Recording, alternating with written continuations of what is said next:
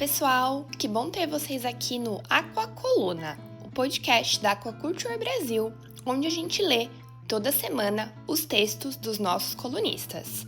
Eu sou a Júlia Martim e é um prazer estar aqui com vocês mais uma vez, toda terça às 5h30. O episódio de hoje é um relançamento de um texto que, convenhamos, nunca fica velho, porque o frio volta todo ano. E as dúvidas também.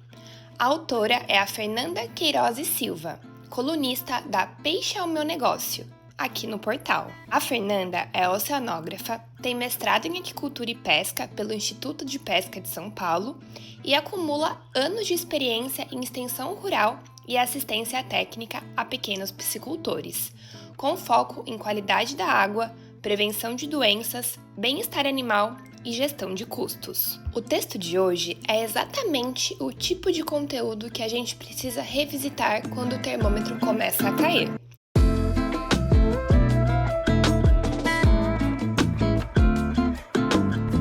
A Fernanda vai falar sobre os cuidados com tilápias e outros peixes tropicais durante o inverno, desde o planejamento antes do povoamento até o monitoramento do dia a dia quando as temperaturas estão lá embaixo. Quem trabalha com piscicultura no sul do Brasil sabe que esse tema é sério e a Fernanda vai destrinchar tudo de um jeito muito direto e aplicável.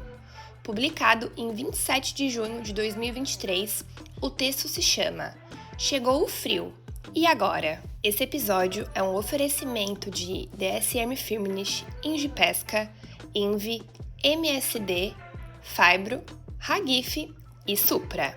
Vamos conferir? Chegou o Frio, e agora? Por Fernanda Queiroz e Silva, publicado em 27 de junho de 2023. O inverno chegou, e com ele o frio mais intenso e a preocupação para quem trabalha com tilápias, especialmente aqui na região sul do Brasil. Alguns cuidados são de extrema importância quando se trata do bem-estar das tilápias, principalmente em águas com temperaturas mais baixas, lembrando que esses cuidados valem também para outras espécies de peixes tropicais. Infelizmente, o clima não pode ser controlado. Em cultivos de peixes em viveiros escavados, muitos dos parâmetros de água podem ser corrigidos ao longo da safra, mas quando se fala em temperatura, muito pouco se pode fazer. Pior do que a diminuição gradativa da temperatura da água são as oscilações bruscas de temperatura na chegada das frentes frias, que podem impactar ainda mais a saúde das tilápias. A preocupação com o inverno deve começar muito antes da frente fria estar chegando no sul do Brasil. O ideal é começar planejando estrategicamente o cultivo para evitar perdas. Seguem aqui algumas recomendações e dicas para prevenir o aparecimento de doenças, minimizar e até mesmo evitar as mortalidades. Você vai ver que esses cuidados começam muito antes mesmo do povoamento dos alevinos, e para isso, um bom planejamento é fundamental. Escolha da espécie. Eu diria que começa na escolha da espécie. Isso mesmo. Peixes tropicais podem até mesmo tolerar baixas temperaturas, o que é diferente do conforto térmico. Quando alguém nos procura para saber se é viável criar tilápias em regiões mais frias, a recomendação é: tenha um registro das temperaturas mínimas da água no inverno. Cada uma das espécies de peixes possui um conforto térmico para a sua sobrevivência. A tilápia, por exemplo, sobrevive melhor em temperaturas de água entre 20 e 32 graus. Porém, o seu desempenho zootécnico é mais eficiente nas temperaturas entre 26 e 30 graus. Além da tilápia ficar imunossuprimida em águas abaixo de 18 graus, o que é uma brecha para as doenças oportunistas, o desempenho zootécnico desses peixes é pior, pois há o investimento energético, uma compensação metabólica para a manutenção da vida e pouco para o sistema de defesa e imunidade destes animais, o que reflete diretamente no custo de produção, dado que além da eficiência alimentar ser menor, o tempo de cultivo será maior, tornando o quilo desse peixe mais caro. Semelhante aspecto é a perda por predação de aves e outros animais, lembrando que peixes menores são mais facilmente predados. E quanto mais tempo esses peixes permanecerem menores, ou seja, com um crescimento mais lento, menor será a taxa de sobrevivência do lote, impactando diretamente o custo de produção. Já houve casos aqui da região de 60% de sobrevivência, somente por predação de aves na época de inverno. Mesmo sendo conhecida como uma espécie bastante rústica, há regiões com água muito frias em que não é indicado cultivar tilápias. O cultivo de outras espécies pode ser recomendado, como carpas, jundiás, lambaris e até mesmo trutas, dependendo de outros fatores. Além da escolha da espécie, a linhagem também pode contribuir. Atualmente, há programas de melhoramento genético com tilápias mais adaptadas ao frio. Por exemplo, aqui em Santa Catarina, há o programa da EPAGRE, com seleção de tilápias com melhor crescimento em temperaturas subótimas, como a linhagem EPAGRE SC04. Esta é a quarta geração do programa de melhoramento genético da equipe, que ao longo desses 10 anos de pesquisa e aplicação em campo, teve um ganho no crescimento de 33,9% ao longo das gerações. O critério para a seleção é o crescimento, mas outros marcadores genéticos são levados em consideração. São eles: tolerância ao frio e resistência a doenças. Preparação do viveiro. A preparação do viveiro, desde a sua desinfecção, caso haja necessidade, é um passo importante para iniciar bem o cultivo. A correção do solo com a aplicação de calcário agrícola, a adubação da água para a manutenção dos principais parâmetros de qualidade de água, impacta a saúde dos viveiros ao longo de todo o cultivo. Antes da chegada do inverno, é importante estar com os viveiros com seu volume máximo, pois um volume maior de água leva mais tempo para esfriar. E também fazer a manutenção da transparência da água, cerca de 25 a 40 centímetros, pois normalmente uma água mais transparente apresenta temperaturas menores. A renovação da água também deve ser monitorada, garantindo os parâmetros de qualidade de água adequados. Época de povoamento. A época do povoamento dos alevinos também pode influenciar no desempenho e sobrevivência. Normalmente, os peixes menores são mais sensíveis. Seria importante não chegar no inverno com peixes muito pequenos, menores de 100 gramas, por exemplo, em regiões onde as temperaturas são muito baixas. Em algumas regiões, é até mesmo recomendado passar o inverno com os viveiros vazios, planejando a despesca antes das temperaturas baixas chegarem. Para isso, pode ser estratégico povoar os viveiros com peixes maiores, alevinos, 2 ou até mesmo juvenis, já que a tolerância a temperaturas extremas varia de acordo com a fase de desenvolvimento dos peixes. Densidades adequadas. As densidades, assim como a escolha dos sistemas de cultivo, deveriam ser planejadas para que os parâmetros de qualidade de água do viveiro permaneçam em níveis adequados durante toda a safra. Quanto maior a biomassa relativa no viveiro de tilápias, menor é o grau de bem-estar. Isso afeta muitos fatores, principalmente os parâmetros de qualidade de água, atingindo diretamente o desempenho zootécnico. Portanto, quanto maior as densidades, maior a probabilidade do aparecimento de doenças e, consequentemente, maior deverá ser o controle durante todo o cultivo. Uso de aeradores. Uma das principais dúvidas durante o inverno é: aciono os aeradores durante a noite ou não? E a resposta é: depende. Cada situação deve ser analisada individualmente para a tomada de decisão. Não há receita de bolo, e quem vai auxiliar na tomada de decisão é o equipamento oxímetro. Ele irá te dizer se é necessário ligar ou não o aerador durante a noite e por quanto tempo. A aquisição do oxímetro é um investimento para a propriedade. Pode gerar economia no tempo de aeração e também na redução da conversão alimentar, quando bem utilizado para os monitoramentos. Para isso, basta você medir a concentração de oxigênio no início da manhã. O nível de oxigênio deverá estar acima de 5 mg por litro ou acima de 70% de saturação na água. Estes são os níveis ideais recomendados. Além disso, os aeradores devem ser acionados para a homogeneização da coluna de água, ou seja, a mistura da água da superfície com a água do fundo. Dependendo da profundidade da coluna de água do viveiro, a diferença de temperatura da água pode ser de mais de 7 graus da água do fundo com a da superfície. Ao acionar os aeradores, você rompe a estratificação térmica e química, podendo até mesmo ganhar 1 ou 2 graus a mais na água, quando a temperatura do ar está mais alta que a temperatura da água. A recomendação é ligar o aerador durante o período mais quente do dia, por poucas horas. Aeradores bem dimensionados e posicionados nos viveiros auxiliam a mistura e a homogeneização correta da água. Para a verificação, basta medir a temperatura da água do fundo e da superfície. Ficar sempre de olho.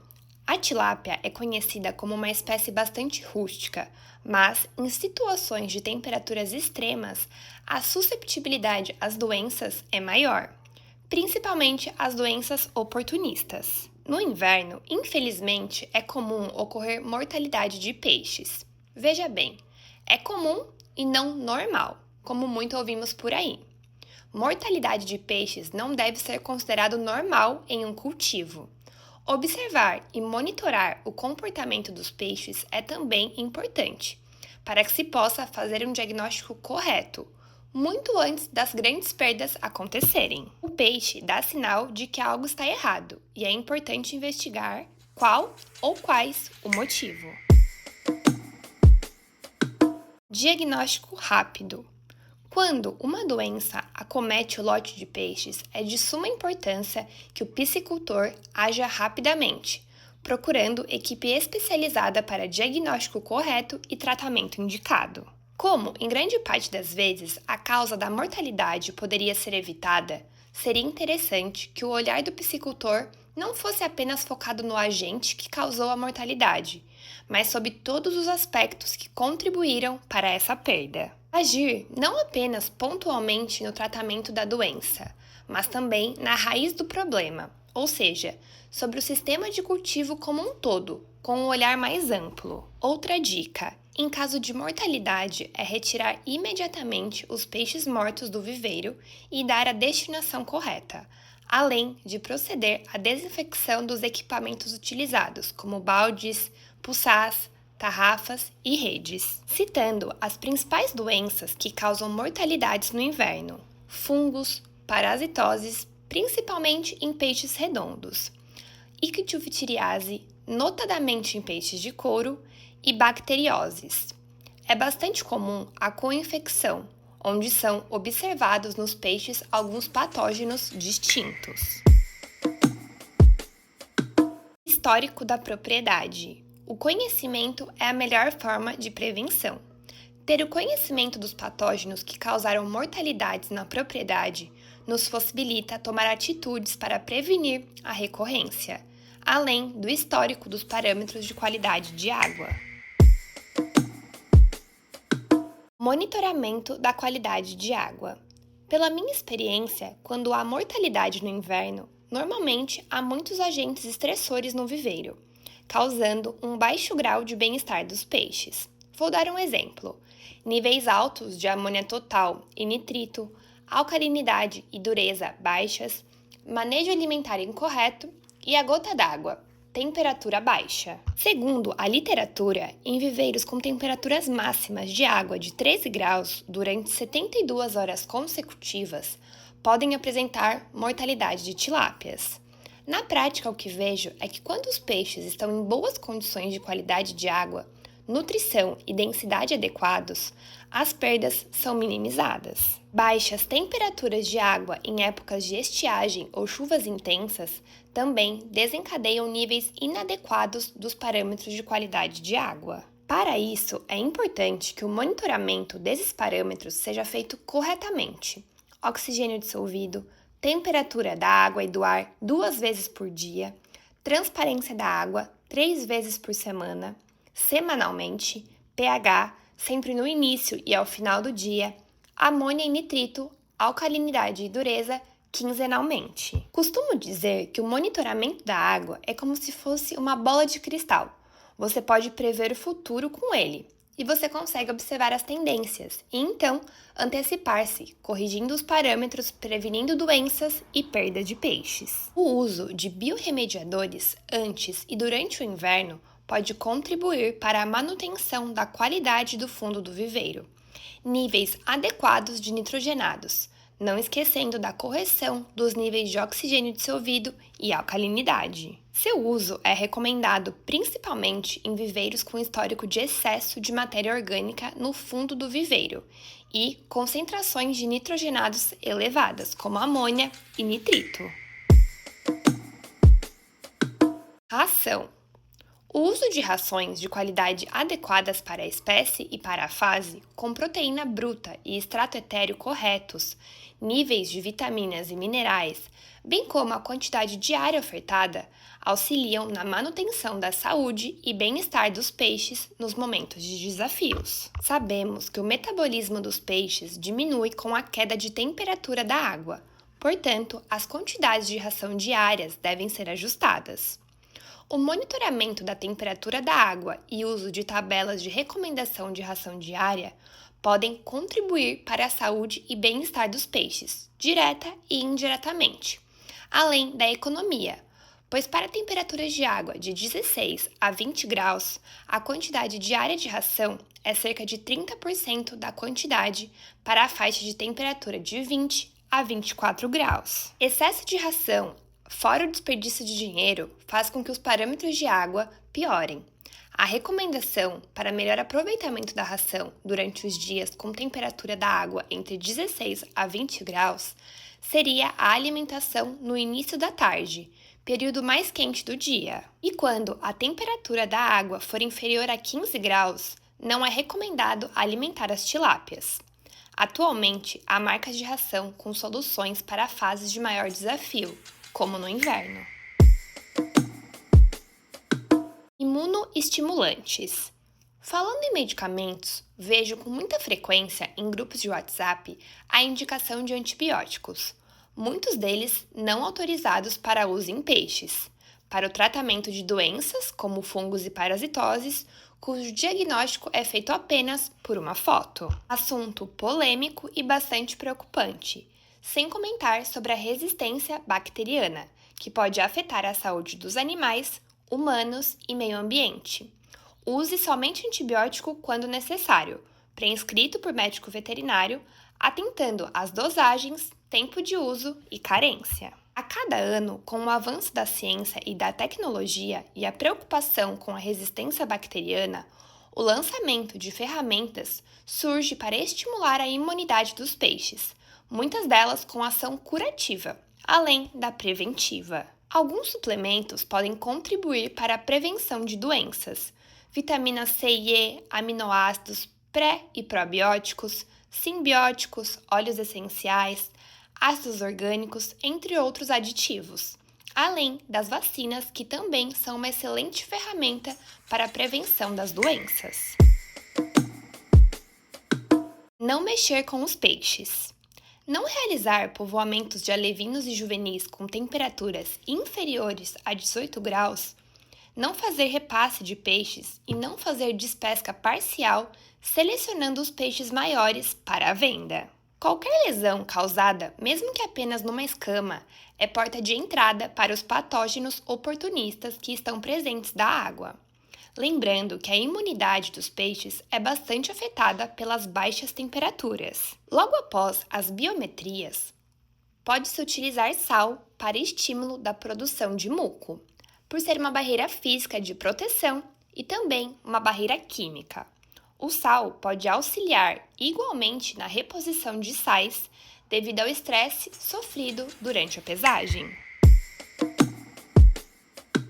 Moral da história: não há fórmula mágica, a prevenção continua sendo a melhor forma de evitar perdas em temperaturas extremas. Portanto, um bom planejamento do cultivo é importante. Com o planejamento, podemos ter melhores resultados, principalmente quando é observado o histórico dos parâmetros de qualidade de água, das perdas, das doenças, de acordo com a realidade de cada um dos viveiros. Sigo acreditando que a capacitação e o acesso à informação também são fundamentais, pois doenças emergentes têm aparecido na tilapicultura brasileira, causando grandes perdas econômicas e precisamos nós, técnicos e produtores, estarmos sempre atentos aos desafios que encontramos em campo.